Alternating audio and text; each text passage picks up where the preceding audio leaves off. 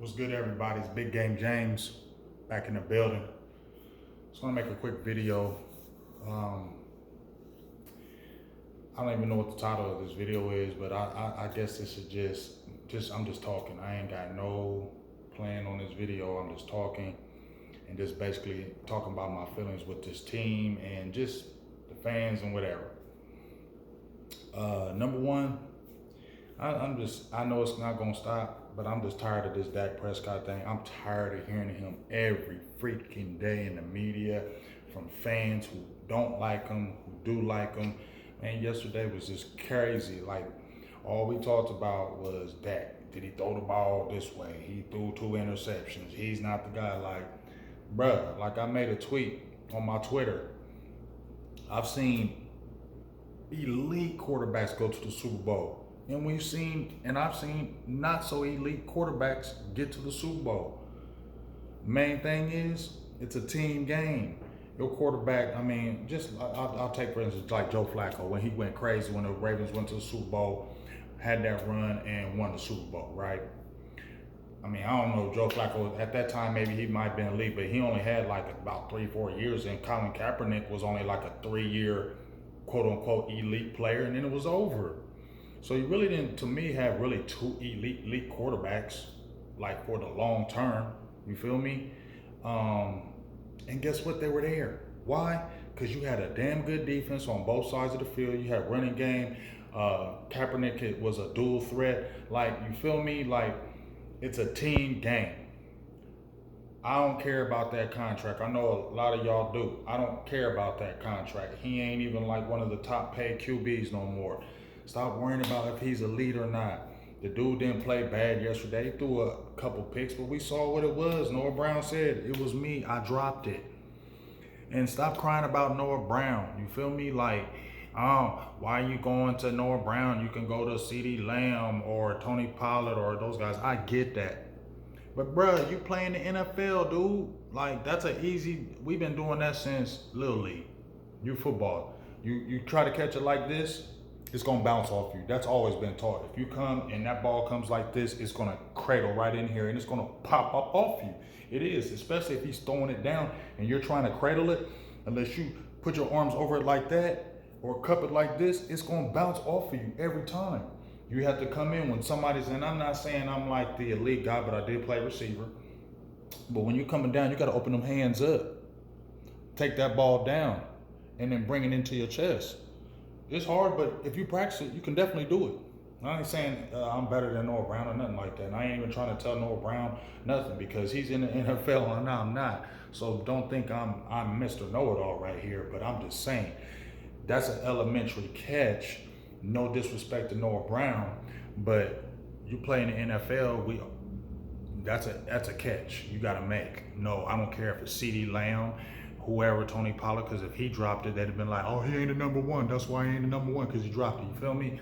So it just goes kind of hand in hand. So I ain't putting that one on Dak. And then the first one, I looked at it about 3 or 4 times. I don't think the hit behind him was crazy, but it was crazy enough to alter that pass. I think it was going to be sailed a little high, but he probably should have ran. But at the end of the day, it was like, 24, 30, 260 some yards, 3 touchdowns. If it wasn't for him, we wouldn't have been in the game too. Let's keep it real. So I just get tired of hearing all that stuff about Dak. Leave the man alone, dude. Like, you don't gotta be this. Like, if you look at the teams right now who need their quarterbacks, Kansas City Chiefs, that they ain't doing nothing without Patrick Mahomes. I don't feel like they got that dynamic of a team. Patrick Mahomes make that team go. Just me. Josh Allen, he makes that team go. They important to their teams. Joe Burrow, I'm out here in Ohio. Them dudes mean everything to them teams. You take Joe Burrow, I don't think the Cincinnati Bengals are elite, but they got a damn good quarterback, and I feel like he raises it. So the importance of the quarterback position to me is more paramount for the Kansas City Chiefs, the Buffalo Bills, and the Cincinnati Bengals. Me personally, when you look at the Dallas Cowboys and the Philadelphia Eagles, I ain't saying Dak, I don't love Dak, and I ain't saying Jalen Hurts ain't no dog, especially the way he's come up. But I feel, in my opinion, you could get a good quarterback on Dallas with the team and still win. This is me. I ain't dissing Dak. It's just, I feel like that's what it is. I feel like, and even with Jalen Hurts, Yeah, he could be the MVP, and I'm not dissing him. He's been a dog. He's a dual threat, all that. But I feel like I don't know if Philly would be 13-1, but I think if they had a good quarterback with that team, they're still gonna win games. You're gonna win a lot of games with that squad because that squad is nice. You feel me? So it's more than one person. It's a team game, and I just feel like those three quarterbacks in particular mean everything to them teams. Brock Purdy, for real. Now you're gonna tell me Brock Purdy not nasty? You feel me? No, it's that squad. If they get to the championship game, I'm not gonna sit there and say it's Brock Purdy unless he playing lights out. Let me see it. I don't believe it. I feel like it's that team. You're not gonna tell me Brock Purdy just took that team from where it was already damn good and it just took it to the whole nother level because of him.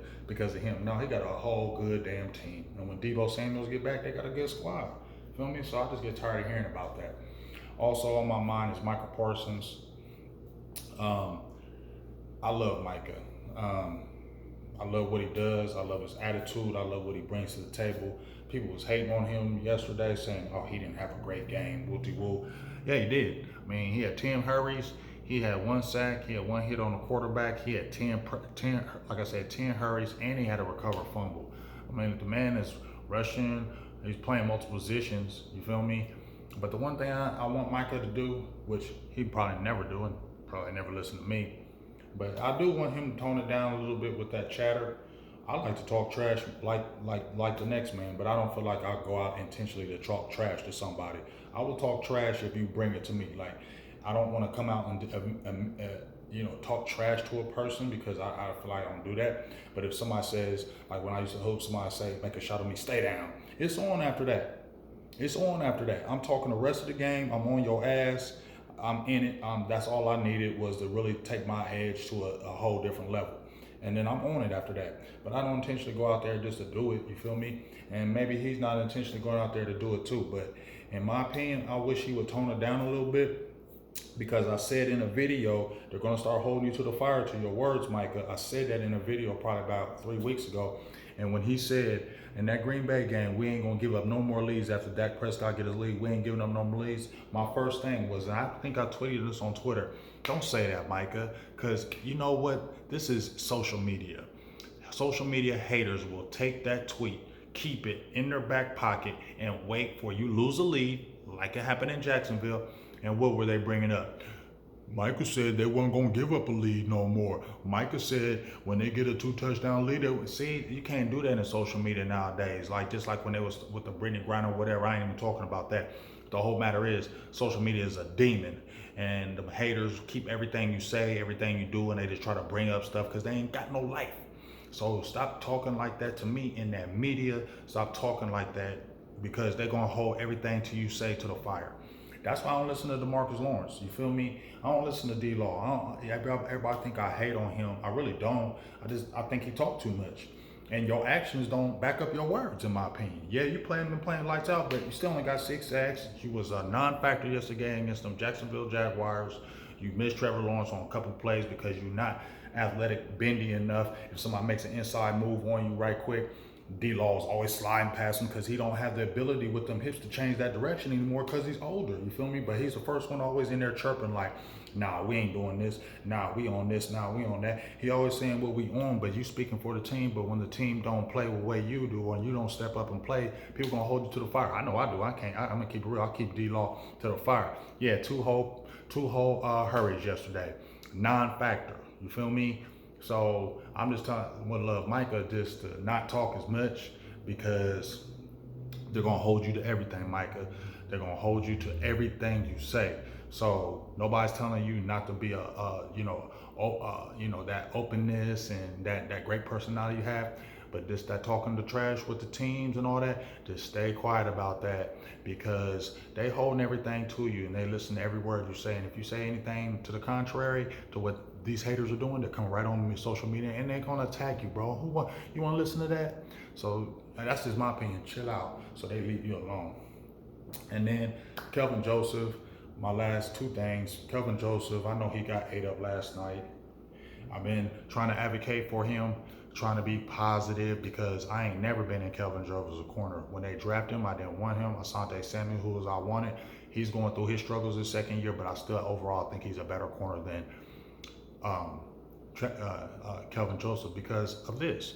Not saying Kelvin Joseph is done, but I just feel like the mentality. I don't think he cares like that. I feel like he played football because he was good at it. I've coached too long. I've seen too many athletes that don't love the game. They just play because they can get paid or they can get a scholarship. But that don't mean they love the game. They playing it because I might get something from this. You feel me? I know a whole lot of kids that play because they don't love the sport. Whole lot of kids. Whole lot of kids play because their parents or they say, oh, I'm kind of good. I might be able to make some money in this. I don't feel like working a 9-to-5 job, so let me try and take this as far as I can and get some bread. That's what I feel like it was with him. Fund his rap career. We saw the off field. I just feel like mentally he's just not with it, and I feel like that's why he got benched so early. That's why maybe he was relegated to special teams as a second-round draft pick from last year. I mean, he was in the doghouse his first year, dog has second year, and as soon as he gave up 2 quick plays, Dan Quinn didn't even give him a chance to come back from it and be able to get better. He just took him out, benched him, and played nice Sean Wright, who ain't played all year. So that should speak to Kelvin Joseph. Now, some people in the air were saying maybe he get cut. I don't think that would happen. You can't get him cut because it's not sending a message to me because you need him. Not saying you need him, but this year you need him because you be short cornerbacks. And I know they got other couple guys off the streets and things of that nature, but he's still your second-round pick, and it's only his second year. It's hard for me to say let's throw him away. You got to at least give him one more year because he hasn't played a full season. Like, bro, he played like 3 games last year, like significant snaps.